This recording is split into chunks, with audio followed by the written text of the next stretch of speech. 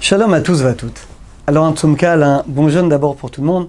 On va essayer de comprendre ensemble les véritables raisons que nos sages ont institué ce jeûne du 10 Tevet, et on va essayer de comprendre plus profondément l'essence de ce jeûne et même l'essence de tout le mois de Tevet. Alors, vous savez qu'il y a 3 raisons essentielles qui ont été données par nos sages pour l'institution de ce jeûne. Première raison, qui est écrite dans le Rambam, c'est bien entendu le siège de Jérusalem par Nebuchadnezzar, Nabucodonosor, qui était le roi de Babylone. Deuxième raison, qui est ramenée d'ailleurs dans Mishnah Berurah, c'est la disparition d'Ezra. On va voir qu'Ezra, c'est le dernier des prophètes qui a vécu à l'époque du deuxième temple. Troisième raison, elle est donnée dans le Shulchan Aruch explicitement et dans la Masechet Sofrim, c'est la traduction de la Torah en grec par le roi qui s'appelait Ptolémée, Talmai HaMeler. C'est ce qu'on appelle les Septante. C'est là que la Torah a été traduite en grec. À partir de là, la Torah a été traduite dans toutes les langues. Alors comment ça s'est passé? La Gemara explique que ce roi Ptolémée, donc, il a réuni 72 sages, il leur a pas dévoilé la raison, il les a isolés chacun dans une pièce, et il leur a ordonné de traduire la Torah en grec. Il voulait être sûr comme ça qu'il n'y aurait pas de falsification. Et il y a eu un miracle, parce qu'il y a eu certains changements que les Chachamim, quand ils ont traduit, ils ont fait certains changements pour pas qu'il y ait de mauvaises interprétations. Il y a eu un miracle, c'est qu'ils ont tous traduit de la même manière, avec les mêmes changements. Et à partir de là, les Septante, c'est là que la Torah va être traduite en grec.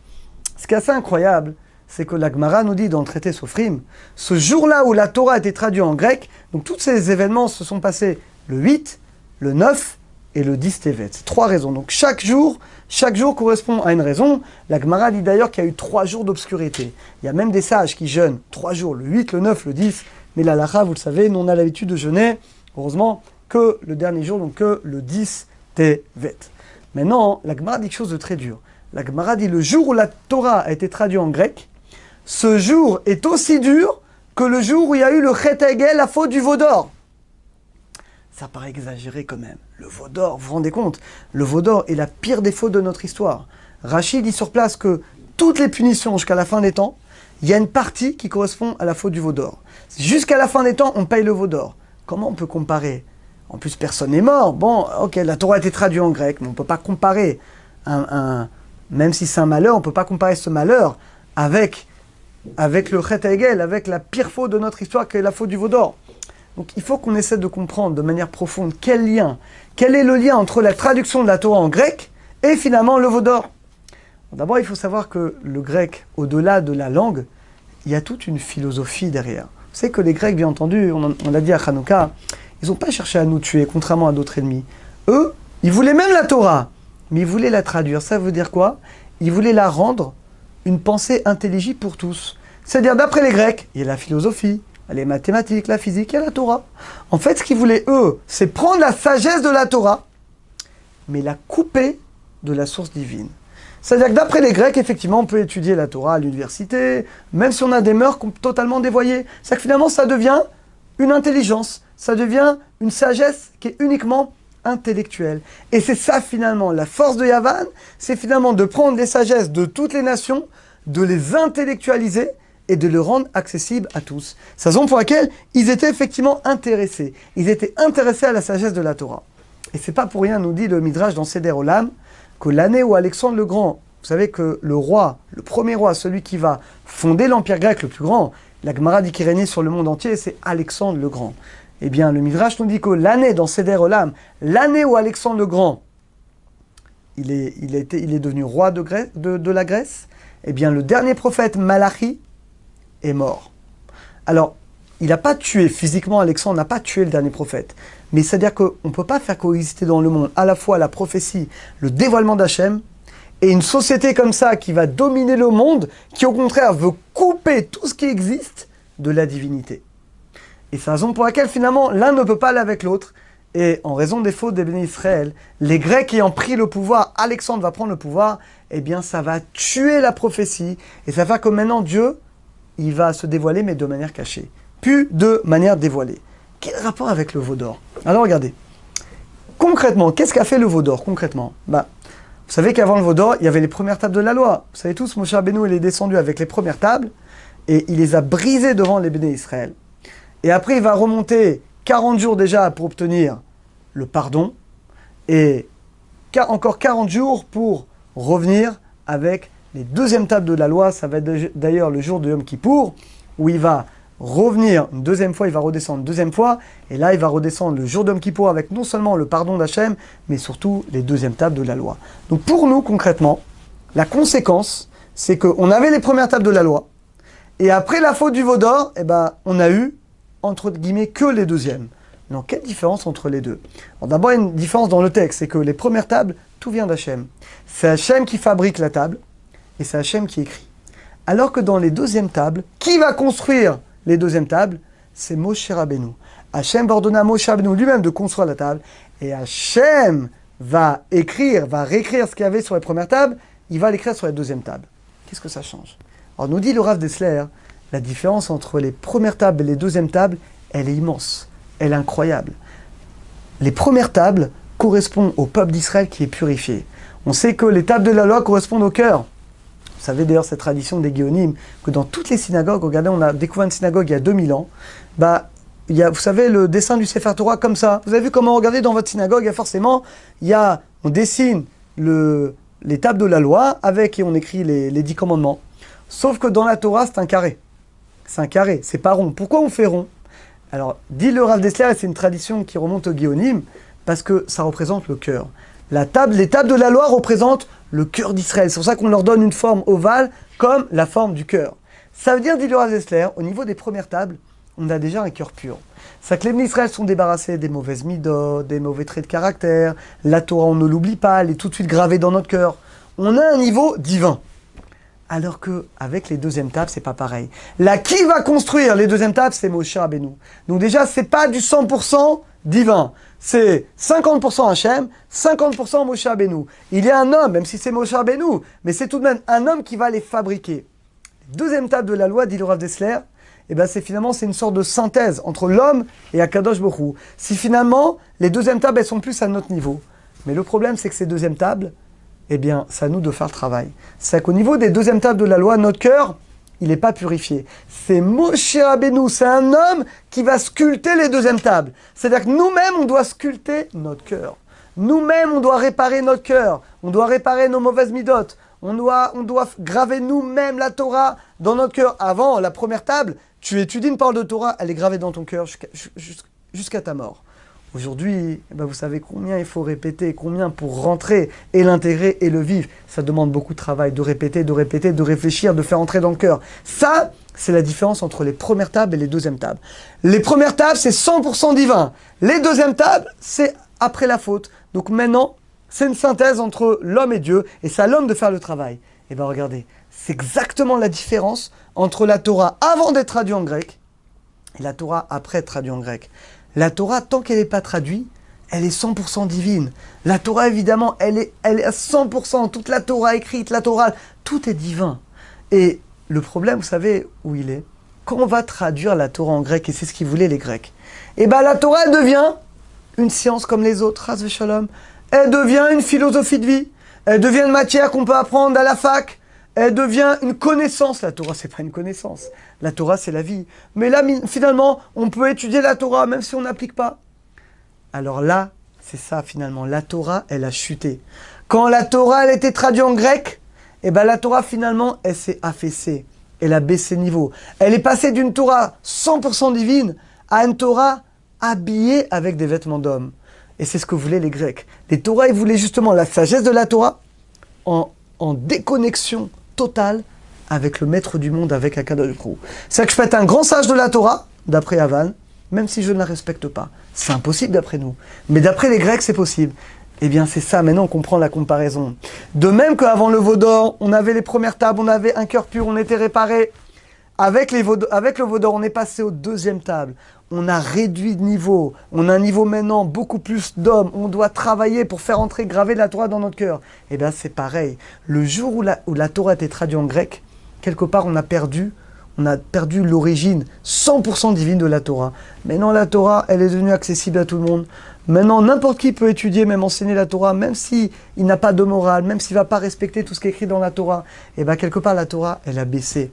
Elle s'est désacralisée. Elle est devenue quelque part Chas v'Shalom. Une fois que la Torah est traduite en grec, elle perd de sa sainteté, comme les tables.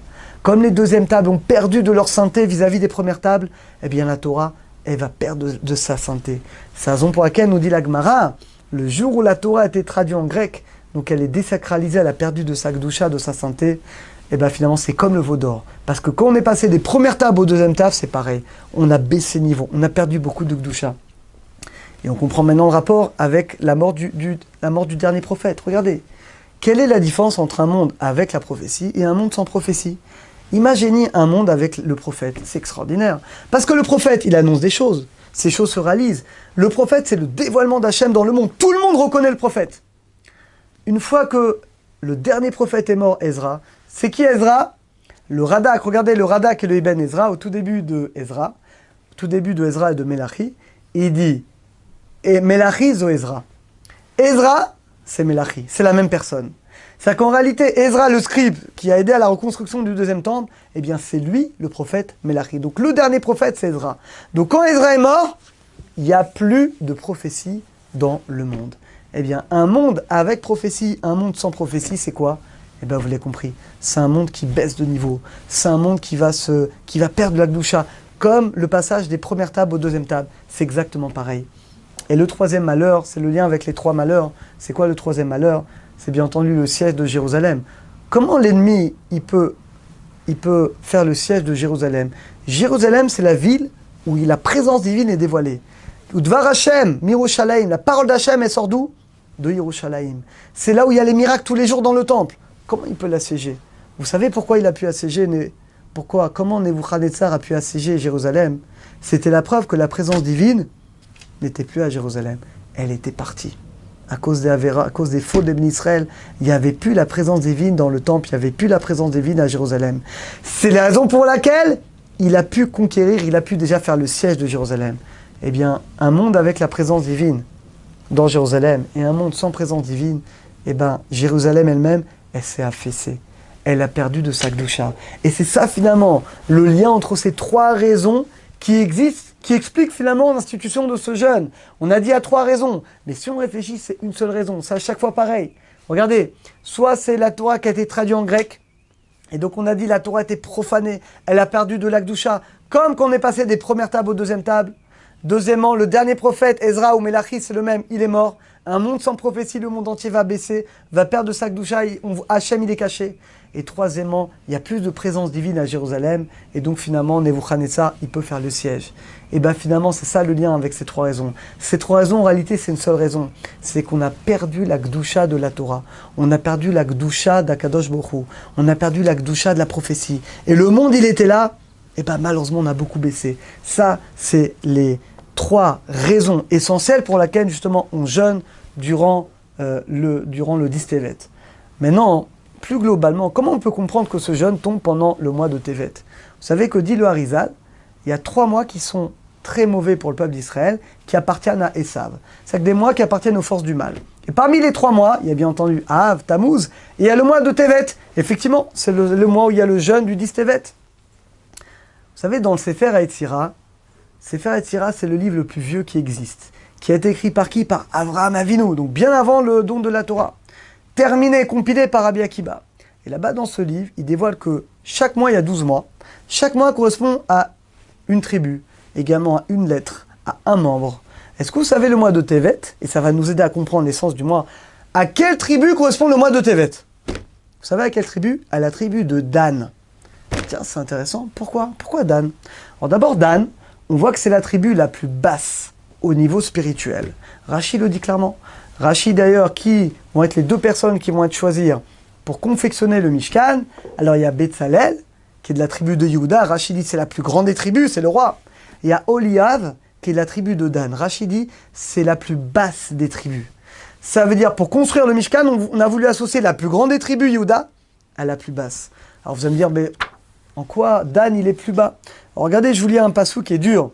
C'est dans Shoftim, c'est dans les Juges. Celui qui veut voir, c'est dans le 18e chapitre 30. Vayakimulem benedan et Pasel. La tribu de Dan, pendant des centaines d'années, ont été idolâtres. En tout cas, la majorité de la tribu. Veonatan ben Gershon ben Menashe ou Banav. Et ils ont fait l'idole de Micha. Vous avez dû entendre parler de cette idole. D'ailleurs, qu'ils ont pris comme Kohen Gadol? le petit-fils de Moshe Rabbeinu, qui s'appelait Yehonatan.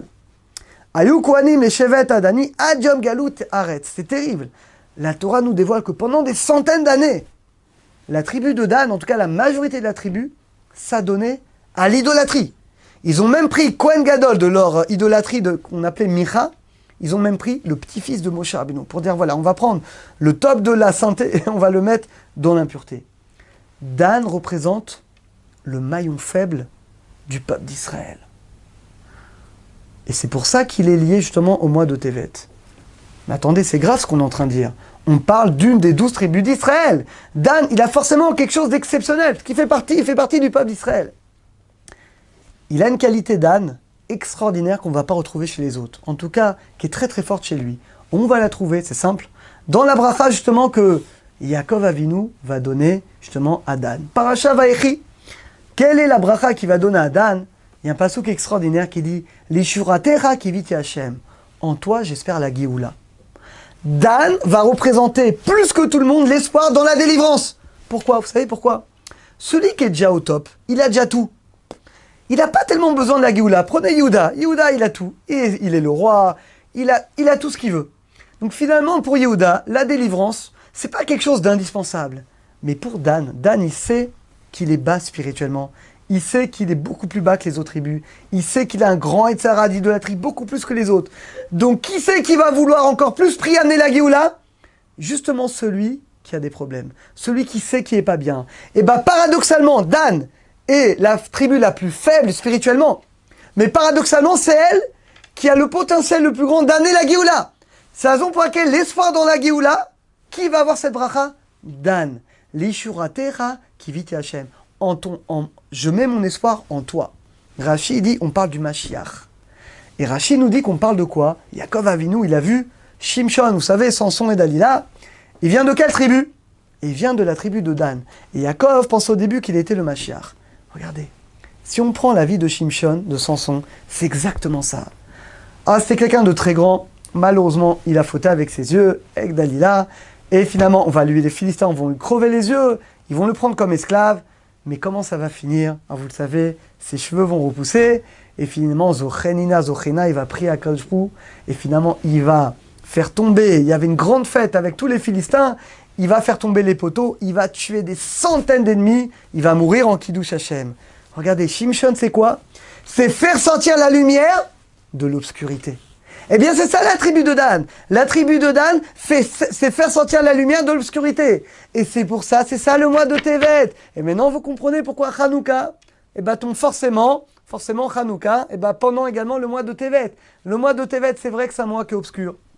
C'est un mois qui n'est pas bon pour Israël. Mais Baruch Hashem, on peut le transformer en lumière, comme Hanouka. Comment? Regardez, on est tous de la tribu de Dan. Comment on est de la tribu de Dan? Le travail qu'on doit faire durant ce mois, c'est d'avoir conscience qu'on est très bas.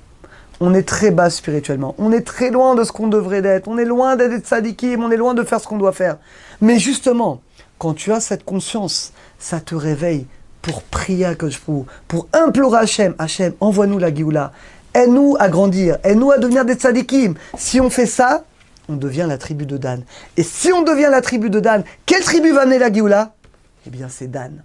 Alors c'est ça, Moravotai, c'est ça le mois de Tevet. Le mois de Tevet, c'est de faire sortir la lumière de l'obscurité. Alors qu'on ait tous le mérite de prendre comme exemple la tribu de Dan. Qu'on ait tous le mérite, dommage on n'a pas le temps de raconter toute l'histoire de Shimshon, très très belle histoire, mais toute la vie de Shimshon, je vous laisse étudier dans les Juges, l'histoire extraordinaire de toute la vie de Shimshon, c'est ça. C'est de l'obscurité, comment faire sortir la lumière. Effectivement, il est mort en Kiddush Hashem, il a tué tous nos ennemis, on a été tranquille pendant plus de 40 ans après sa mort. Tout ça par son mérite. Alors qu'on ait le mérite, nous également, de faire tchouva et d'amener la Géoula, Be'emera, Be'amenu, Amen, Amen.